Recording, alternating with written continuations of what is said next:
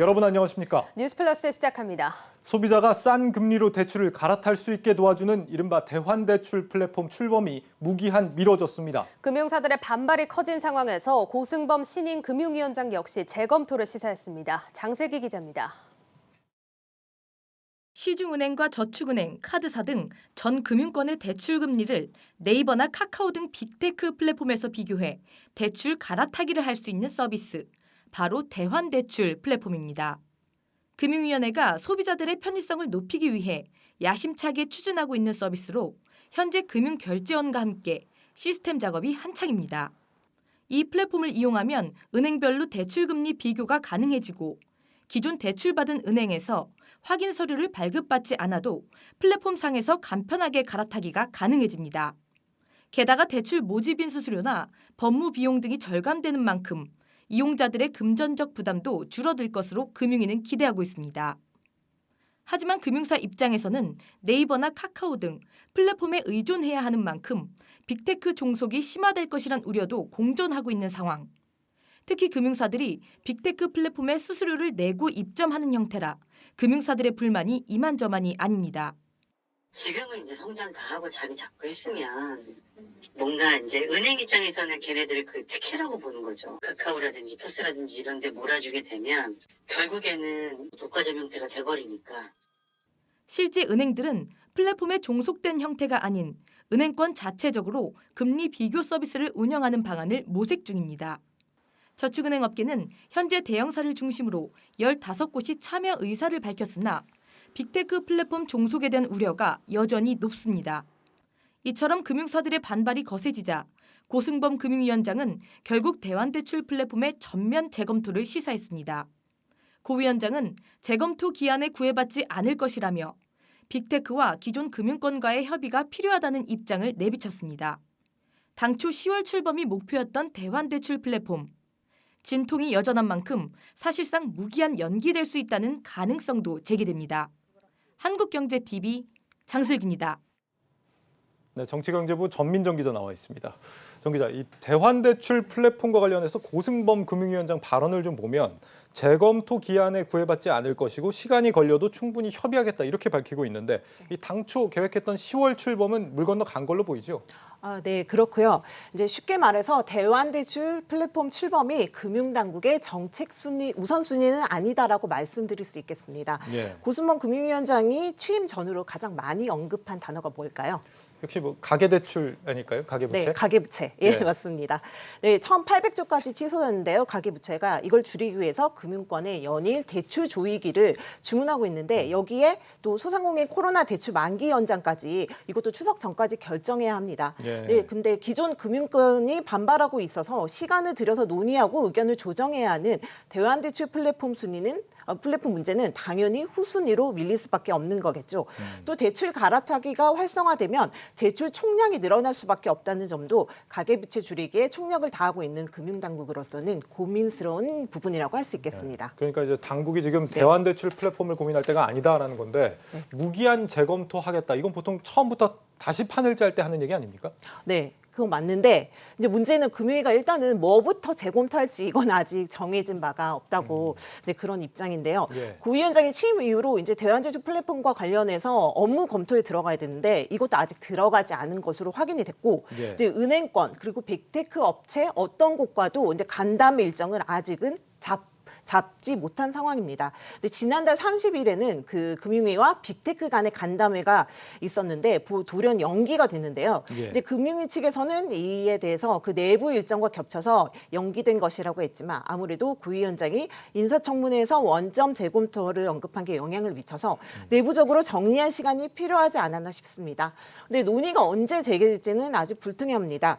하지만 금융위로서는 플랫폼 출범이 무산된 건 아니라는 입장입니다. 단지 시기만 미뤄졌을 뿐이라는 겁니다. 예. 금융위 고위 관계자는 그동안 은행권, 빅테크와 충분한 협의가 부족했던 것이 사실이다. 의견 수렴을 계속해 나갈 예정이다라고 전했습니다.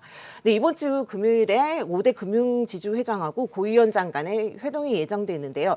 이 자리에서 대환대출 플랫폼 관련 논의가 나올 것이라는 관측이 나옵니다. 예, 보통 이렇게 이제 수장이 바뀌면은 기존에 하던 사업들도 다시 뒤엎고 하는 경우가 많긴 하죠. 네. 이번 주 이 금요일에 금융사와 고승범 위원장이 만난다. 한다. 은행권은 지금 대환대출 플랫폼을 만들면 빅테크에 종속될 거다 이런 지적을 하고 있습니다. 그래서 은행들 주도로 지금 따로 플랫폼을 만들겠다라고 하고 있는데 네. 이번에 만나게 되면 무슨 얘기를 하게 될까요?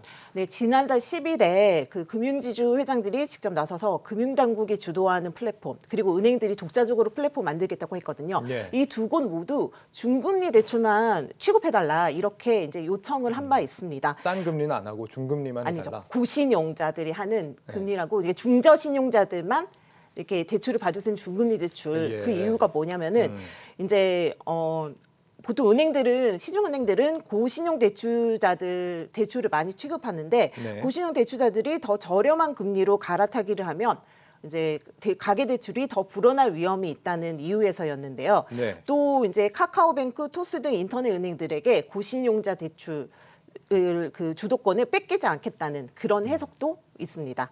네, 일단 이에 대해서 금융위는 전 금융권 대출을 낮은 금리로 쉽게 갈아탈 수 있도록 해서 금융 소비자 편익을 높이겠다는 본래 취지에 어긋난다 이러면서 제동을 건 상황입니다. 예. 하지만 고 위원장이 전면 재검토 계획을 밝힌 만큼 은행권이 이 부분을 다시 한번 요청할 가능성이 나오고 있습니다.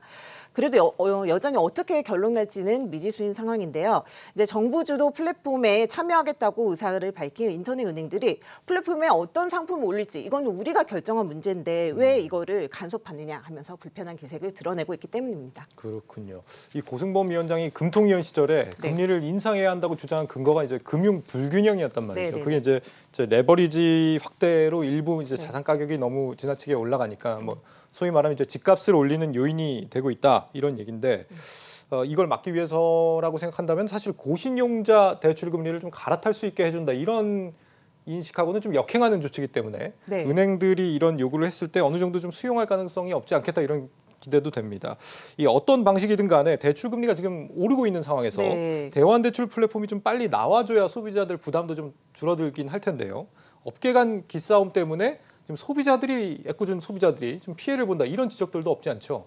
네, 기존 금융권하고 빅테크 간의 힘겨루기는 솔직히 어제 오늘 일은 아닌데요. 네. 근데 이게 해결이 되지 않다 보니까 금융 소비자들의 대출 편의성과 접근성마저 위협당하고 있다는 그런 비판이 나오고 있습니다. 예. 그렇지 않아도 빅테크 공세의 디지털 생존 전략이 필요한 상황에서 기존 금융사들도 밥그릇 지키기에만 급급한다면 결국 소비자들의 외면을 받을 수밖에 없겠죠. 네, 전문가들도 누가 이익이냐 손해냐를 따지기 전에 결국 금융 플랫폼이 대세라면 소비자를 우선순위에 둬야 한다고 조언합니다. 네, 전문가 의견 들어보시죠.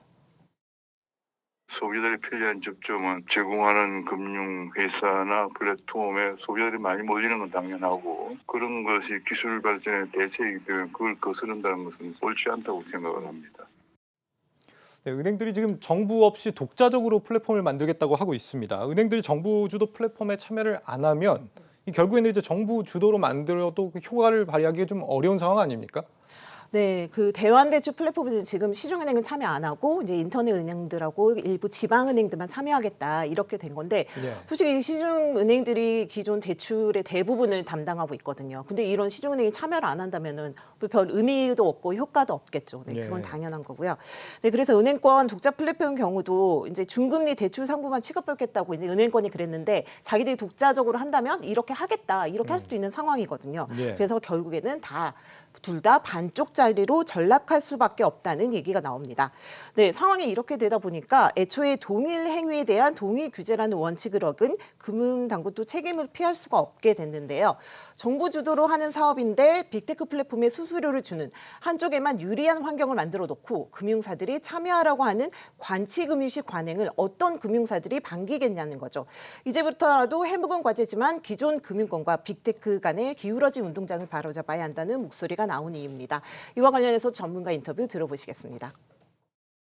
이노베이션을 활성화시키는 거는 맞는 건데 문제는 이제 빅테크들이 기존의 기반을 갖고 너무 이쪽으로 강하게 들어오는 거 아니냐는 우려가 좀 있고 동일한 사업에 대해서는 동일한 규제를 적용해야 되는 거 아니냐라고 하는 게 이제 시장에서 나온 불만이거든요. 금융 입장에서는 그걸 어떤 식으로 규율을 하지? 이 고민을 지금 하고 있는 겁니다.